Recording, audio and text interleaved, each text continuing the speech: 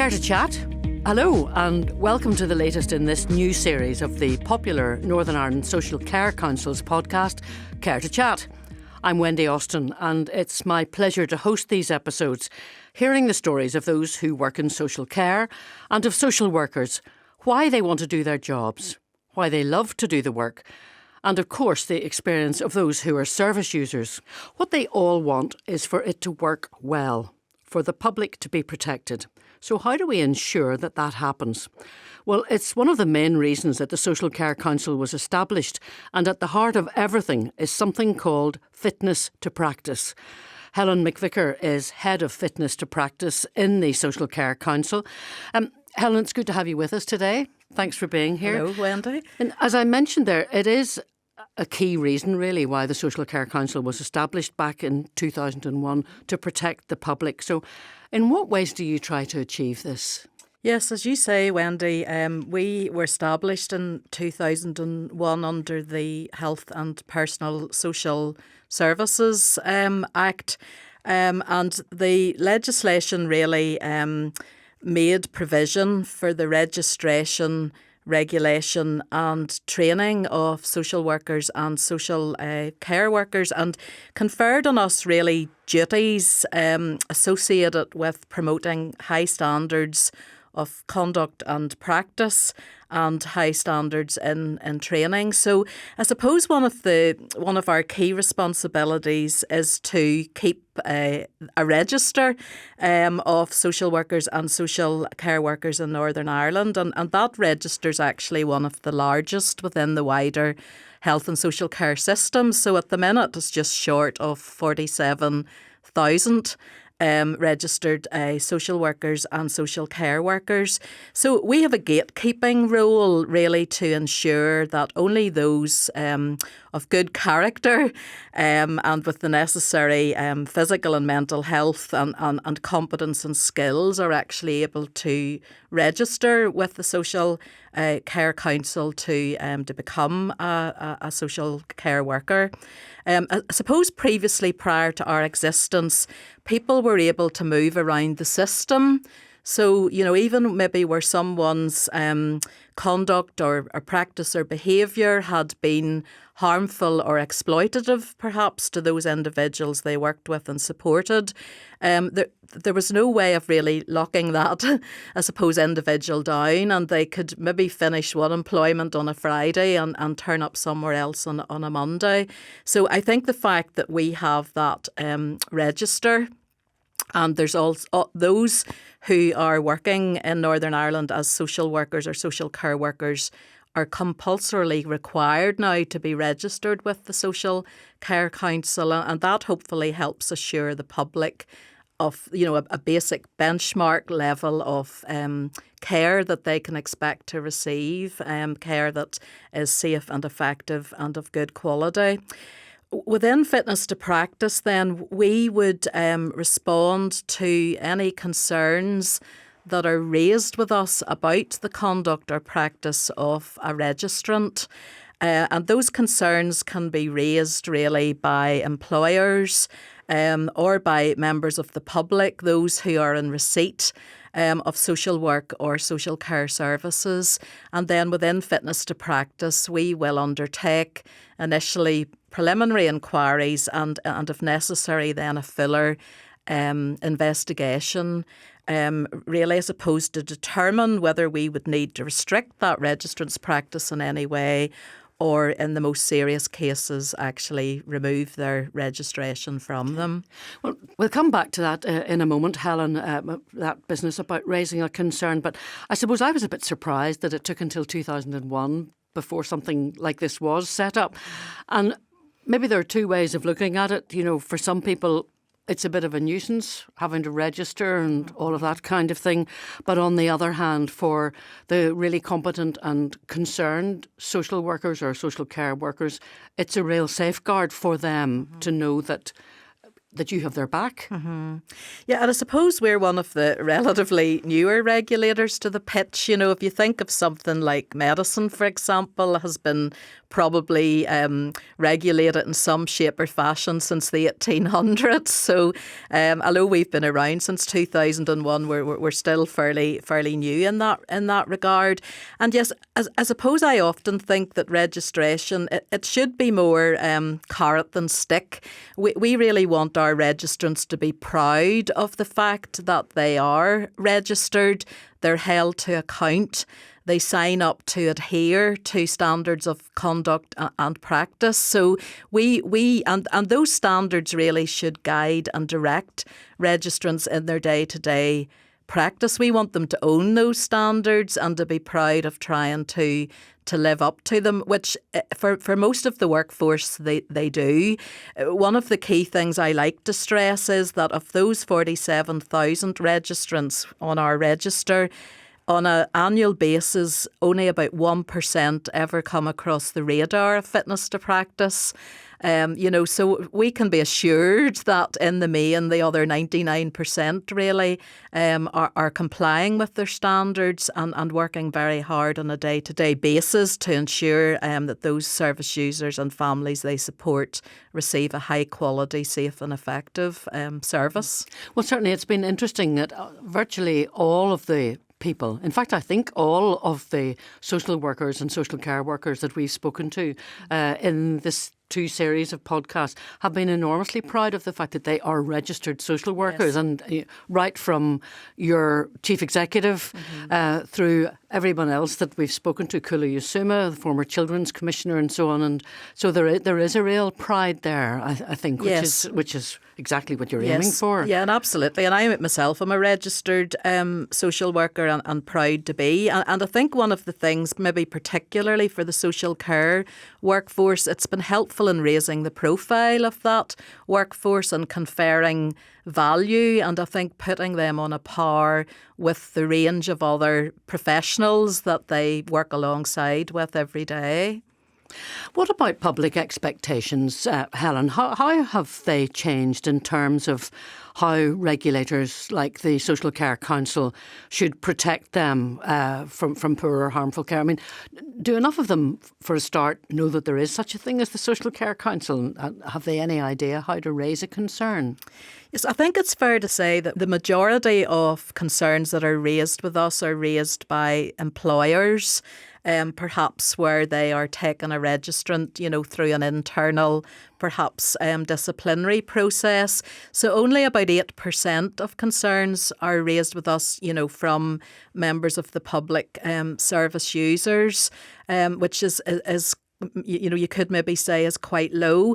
I think in the 7 odd years that I've been in this role, I can see that there is perhaps a growing level of public awareness around our existence. And I mean, there have been a number of very high profile public inquiries in Northern Ireland. Most of them I know perhaps maybe have related more to medics and health professions. But, I think people certainly are aware now of regulators like the General Medical Council, the Nursing and Midwifery Council, and are becoming increasingly aware, I think, of our existence as well. So I think we've work to do there on 2 fronts. We've work to do around ensuring that the public does know of our existence. But I think also, we need to ensure that that is accompanied by awareness raising campaigns about our role and its parameters, because we're not, as a regulator, a complaints resolution body, and we're not there to punish registrants really. We're really there to make a risk-based and proportionate assessment, I suppose, of the risk that an individual might pose going forward, not really to punish them for past misdemeanours. So, I mean, we do, I think, as I say, have work to do there. And I think it's important that we do get balance because, I mean, the media, as we know, maybe tends to pick up on the more negative social care stories. So, I mean, quite often in the papers, any night of the week, you'll see a fitness to practice hearing outcome in print and the reasons and this, I suppose, the kind of the narrative behind that. So, I mean, if you were a perhaps a service user or a family member, you might be quite alarmed by that and think that that's all that you can expect really from your social worker or social care worker. So I know in the council we have been trying very hard to promote the good news stories, and I go back to my 99% versus the 1% that come to our attention within Fitness to Practice. Well, if it is in relation to that 1%, how can someone then raise a concern about a social worker or a social care worker, and how will that concern be dealt with? So, as I say, most of the concerns raised with us will come directly from employers, and they would be very clear of the referral criteria and thresholds. But in terms of a member of the public, anyone can raise a concern with us if it's about a registered social worker or social care worker. We're in the process of making that easier to do, because someone wanting to raise a concern will be able to do that now online through our new portal. And there'll also be accompanying support for people on the Social Care Council's website telling them how they can raise a concern. Where someone maybe needs a bit of support to do that, we can assist with that, or indeed signpost an individual to the Patient Client Council who might again be able just to assist them to raise that concern. If it's not for us, we try as best we can really to signpost that individual maybe to another agency or body that might more appropriately be able to address their concern, because obviously in the Social Care Council we regulate the workforce, the individuals. RQIA, as we know, regulates the services. So if someone's concern maybe relates more to a service, we would then be able to signpost them maybe more appropriately to the Regulation Quality Improvement Authority. The new portal is an interesting idea. I mean, I just wonder, given the fact that some people are very dependent on, say, for example, a social care worker, is there a concern sometimes that making a complaint is going to reflect badly on their lives, if you like? But to do it through the Social Care Council maybe puts that little bit of clear blue water between them and the person or the agency that they're dealing with. Yeah, I think really generally as a society, maybe it's more of a Northern Ireland thing that people are reluctant to complain or to raise a concern generally.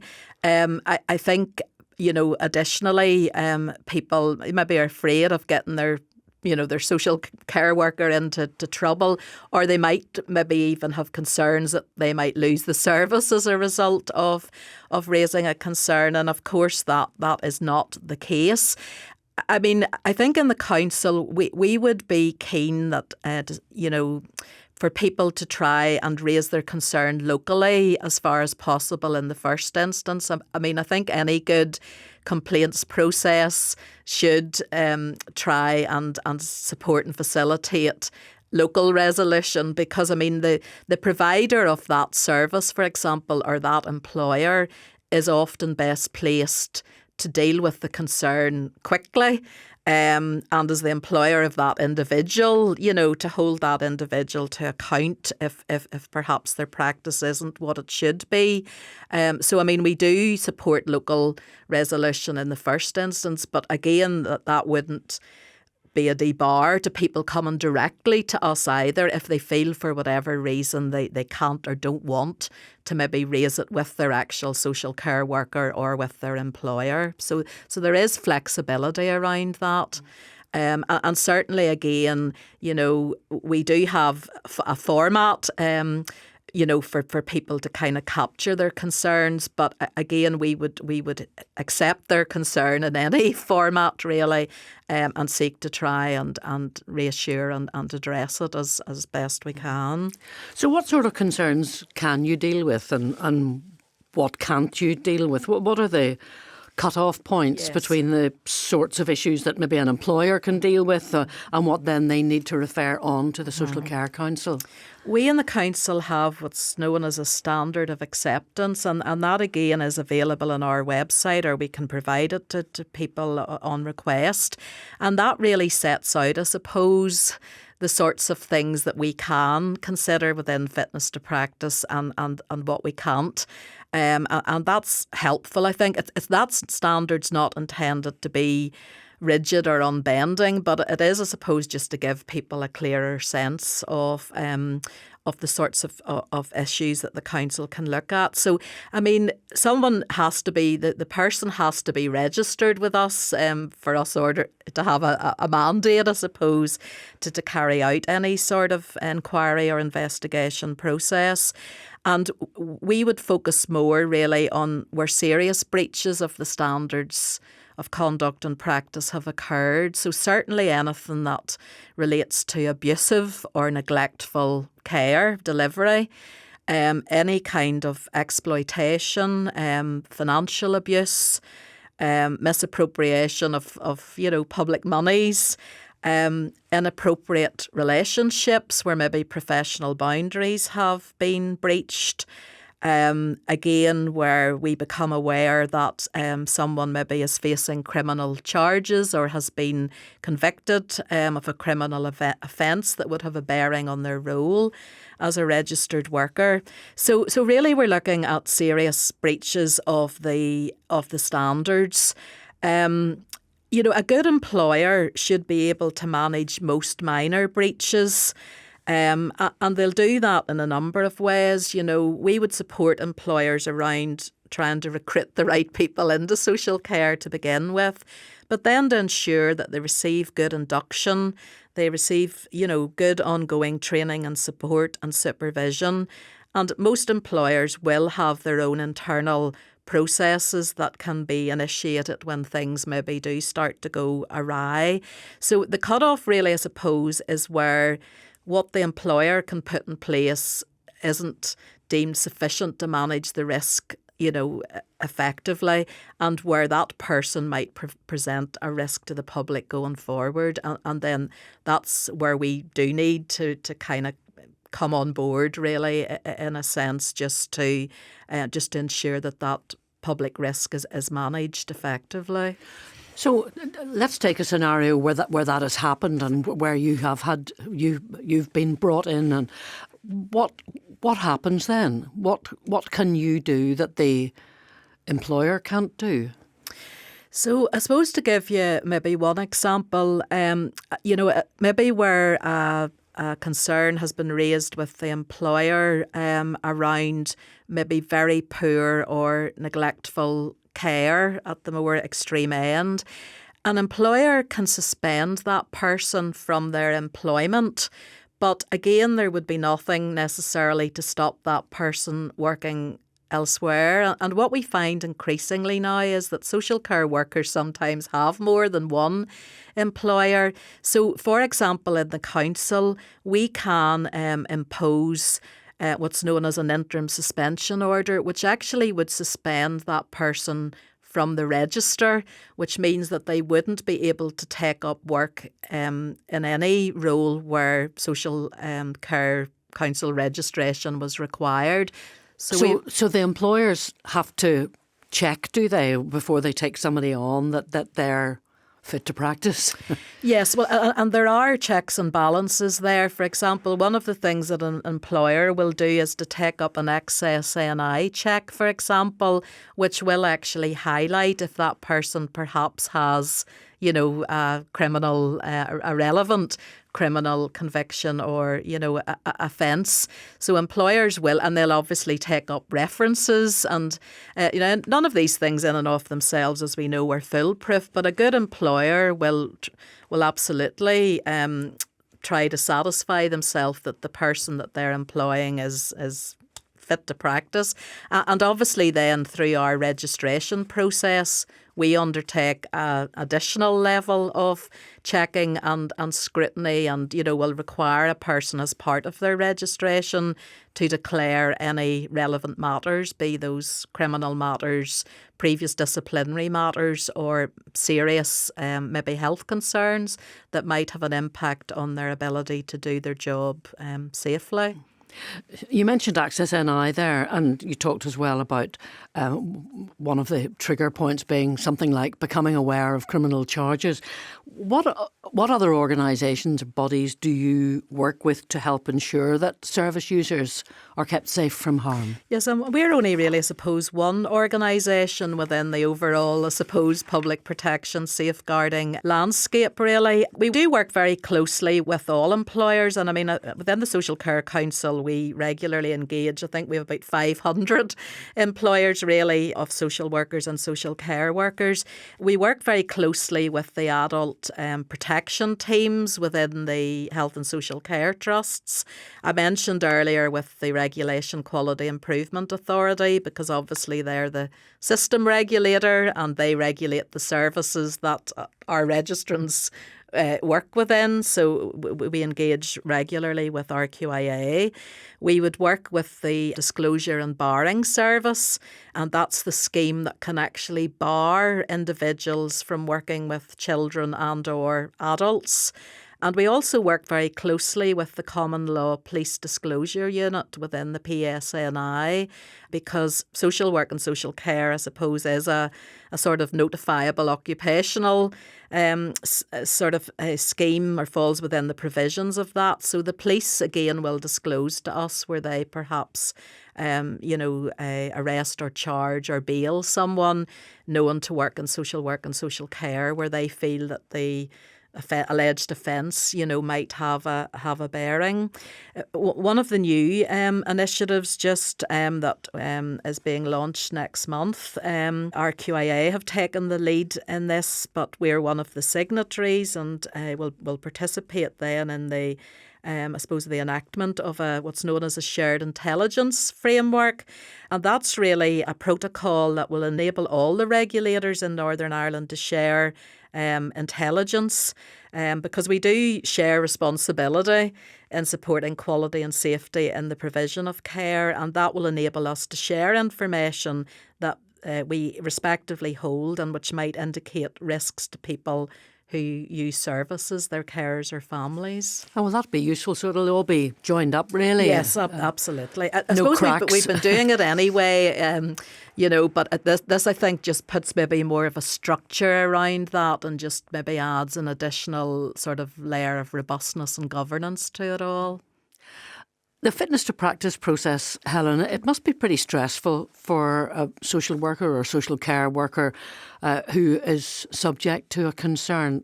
What kind of assurances can you offer to them that they will receive a fair hearing?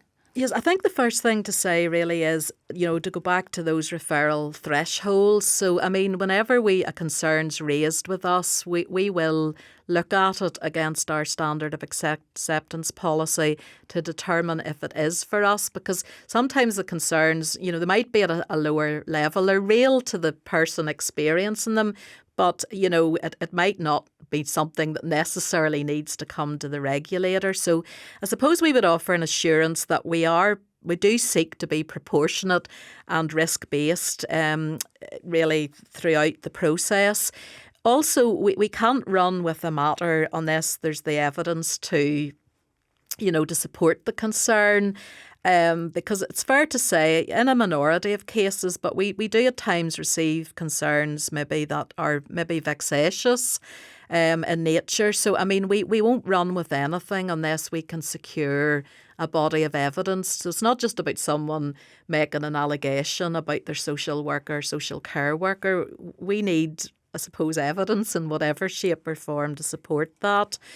Each case then is assigned a fitness to practice officer, and while we're not there primarily to support the registrant, we will absolutely ensure that they're provided with the appropriate information that they need at each stage through the process. And most employers will be able to put some support around the individual, either through in-house support mechanisms, or can kind of arrange that externally in circumstances as well.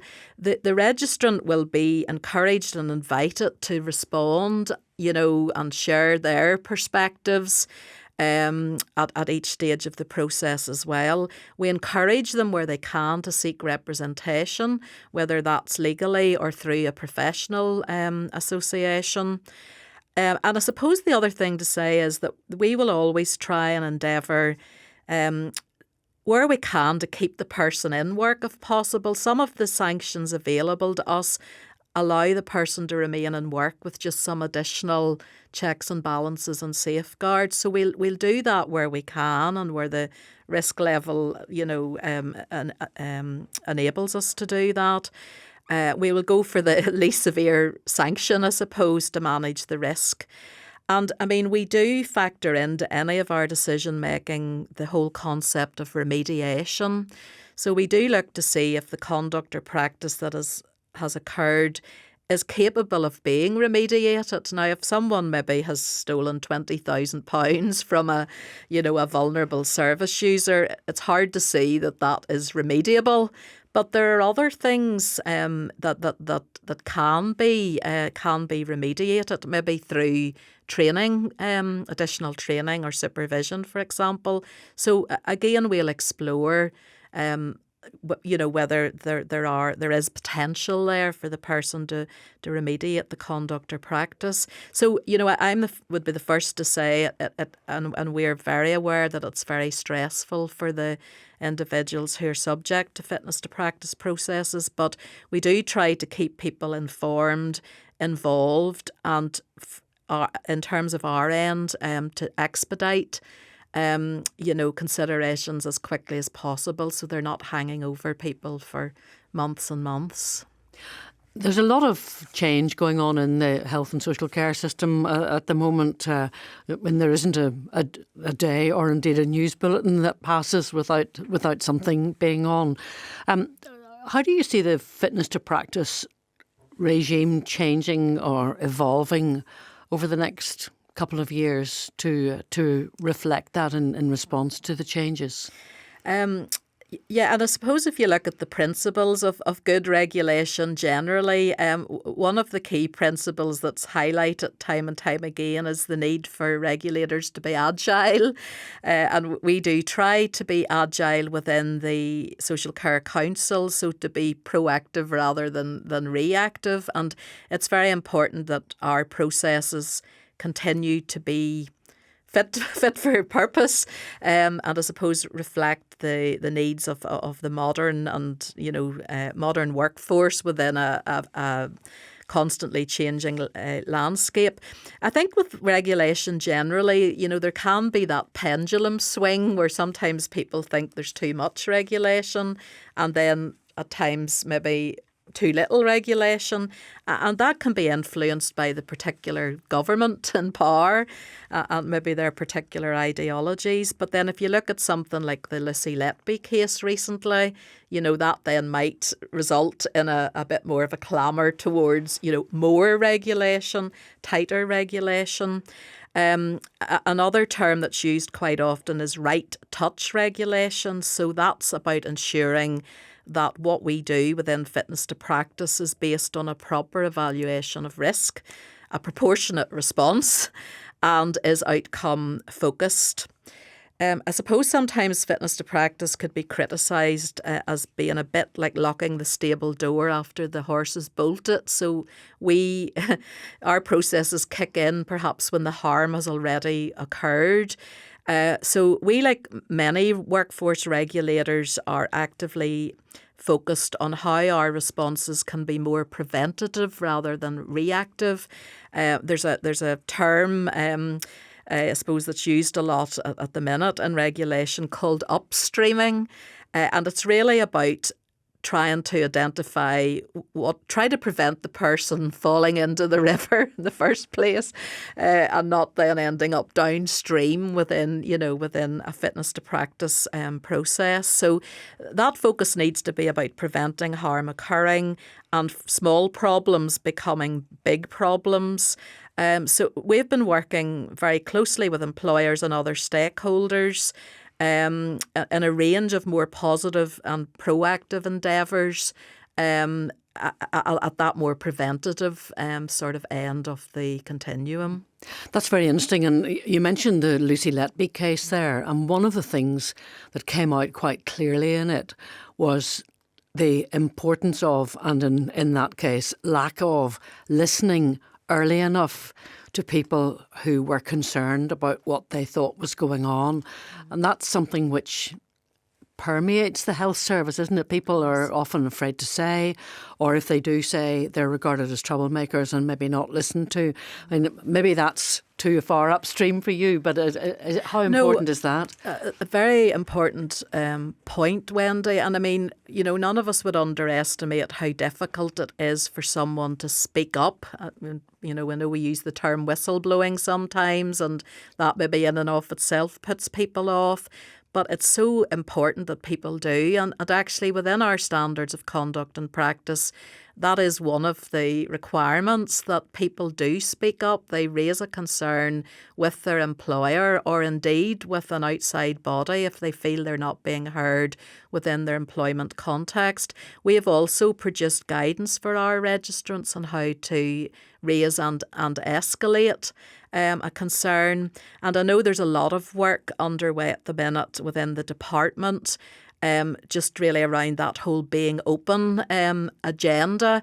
And that's being looked at in terms of the introduction of a framework that would support organisations to ensure that their culture is one of openness, where people are actually rewarded's not quite the right word, but I mean certainly where there's no negative impact on the individual for speaking up and out, and they're encouraged to do that, and there's no sort of negative after effect, because I mean we see time and time again that that's absolutely critical to the alert being raised, and unfortunately we've seen that that's often come too late in the day. So yes, it's a two-sided thing. It's both about the individual raising the concern, but it's also about ensuring then that employers hear that concern and take the necessary steps and measures to address the issues. Helen, thank you very much indeed for your time today. Helen McVicker, Head of Fitness to Practice at the Northern Ireland Social Care Council. For more information about Fitness to Practice, the new portal, or indeed anything else about social work, please go to niscc.info. Thanks for listening. Please do rate us, subscribe to the podcast, and of course, tell your friends and colleagues.